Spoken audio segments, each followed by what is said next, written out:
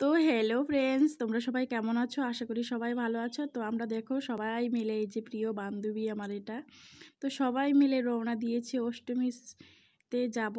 তো এখন বাজে বিকাল 3টা। এখন থেকে ব্লগটা আমি স্টার্ট করছি। তো আমরাও দেখো এখানে, তো অনেক দিন পরে, অনেকদিন পাইছি, 1 বছর পর অষ্টমী যেতে পারি।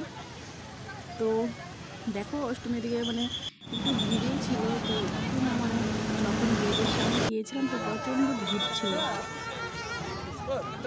তো মানে ঢুকতেই ভীষণ পাচ্ছিলাম না, এত ভিড়।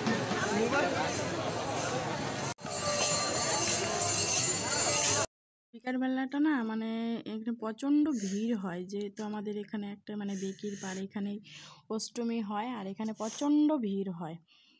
প্রায় সবাই মানে যায় বিকাল টাইমেই। তো সকালে তো মানে বেশিরভাগ মানুষের কাজ থাকে, তার জন্য আর কি সবাই বিকালেই যায়।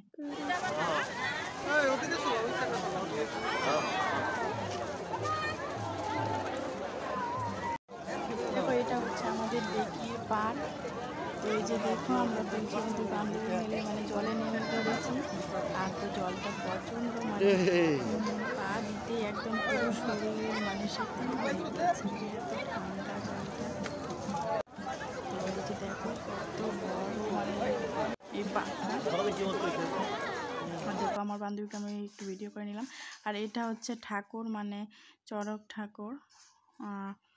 দেখো এখানে মানে মন্দিরের সামনেও প্রচণ্ড ভিড় ছিল।